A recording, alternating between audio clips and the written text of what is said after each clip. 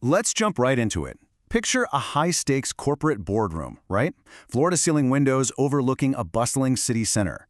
Now contrast that image with the grand, historic legislative chambers where national policy is actually forged.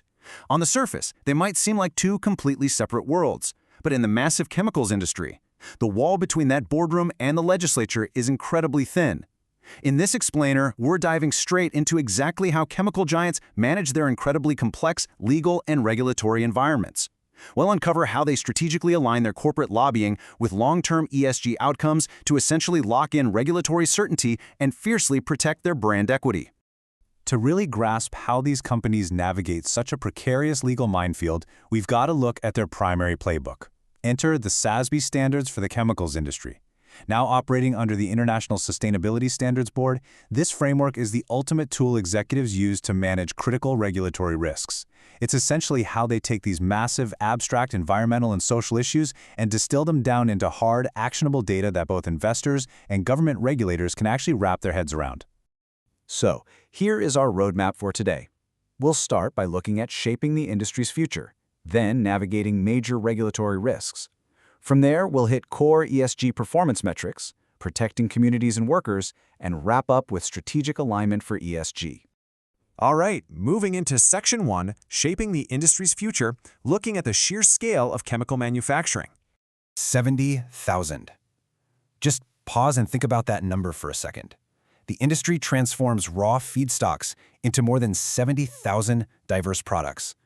We are talking about literally everything from basic bulk plastics and petrochemicals to specialized agricultural fertilizers, life-saving pharmaceuticals, and even the high-tech coatings used on your car. Because their footprint is just so unbelievably massive, touching nearly every single sector of the global economy, their exposure to regulatory scrutiny is completely unparalleled.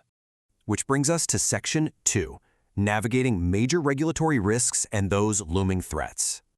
The SASB standard explicitly calls out these major regulatory risks. And let me tell you, these aren't just abstract boogeyman fears. We're talking real, tangible financial consequences. Sudden policy reversals on environmental regulations can trigger massive compliance cost spikes or wipe out crucial financial incentives like tax deductions practically overnight.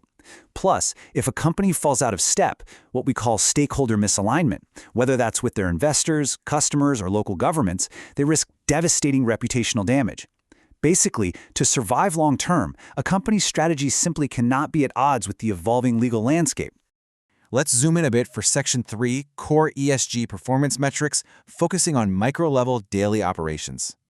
When you're running a chemical plant, tracking direct emissions is fundamentally tied to financial survival. First, you've got Scope 1 greenhouse gases, like carbon dioxide and methane, the direct emissions from burning fossil fuels. Then you have air quality pollutants, things like nitrogen oxides, sulfur oxides, and volatile organic compounds that are heavily regulated due to their known health impacts. Meticulously monitoring these isn't just about being green. It's a critical defense mechanism to avoid severe regulatory penalties and manage compliance costs under strict programs like cap-and-trade or carbon taxes. And of course, beyond what comes out of the smokestacks, there's the massive amount of energy required to actually run these facilities.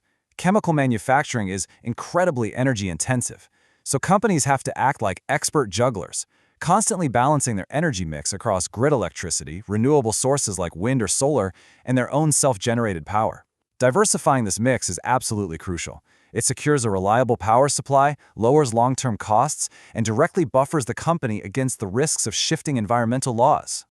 Now imagine having to balance this complex resource ledger every single day.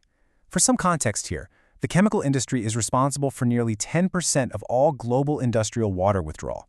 That's huge. So companies have to track exactly how much water they're pulling from regions experiencing high baseline water stress. On the flip side of that ledger, they're managing hazardous waste, specifically tracking the percentage that gets effectively recycled, reused, or reclaimed instead of just dumped.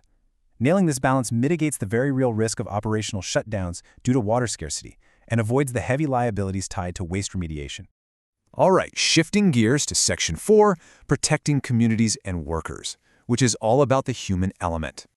You know, the SASB framework specifically highlights the vital concept of environmental justice. Things like air emissions and heavy water use have profound, long-lasting impacts on the daily lives of the people actually living near these sprawling chemical facilities.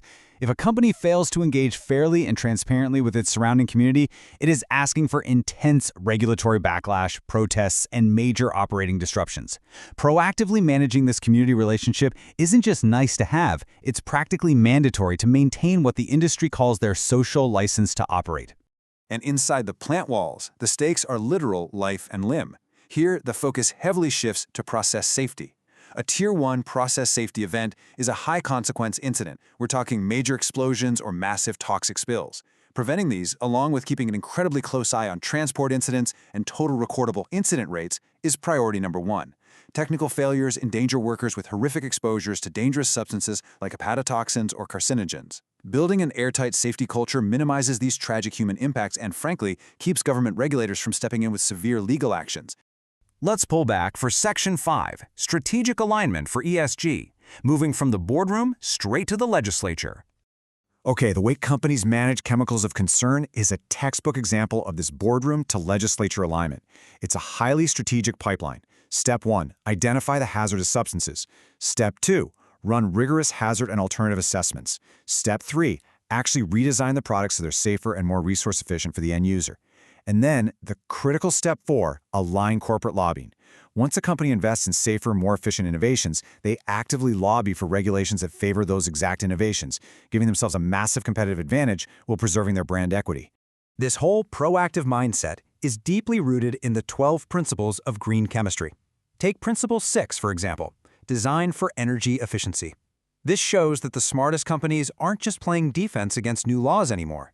No, they are proactively creating products like high-albedo paints, advanced building insulation, or super lightweight automotive polymers that actively lower greenhouse gas emissions when the consumer actually uses them. They're literally flipping regulatory pressure into massive, incredibly profitable market opportunities.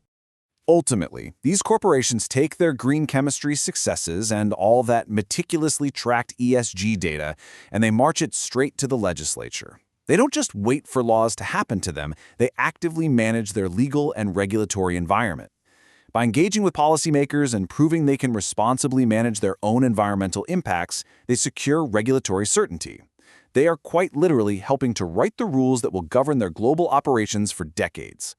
Which brings us right back full circle to the SASB framework that makes all this strategic maneuvering possible in the first place.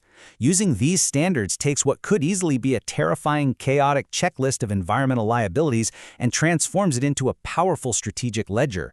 It gives executives the structured, standardized data they absolutely need to prove their value to investors, protect their communities, and negotiate from a position of strength with governments worldwide. So when you step back and look at the sheer, globe-spanning scale of the chemicals industry, 70,000 products touching literally every facet of modern life, I want to leave you with this question to chew on.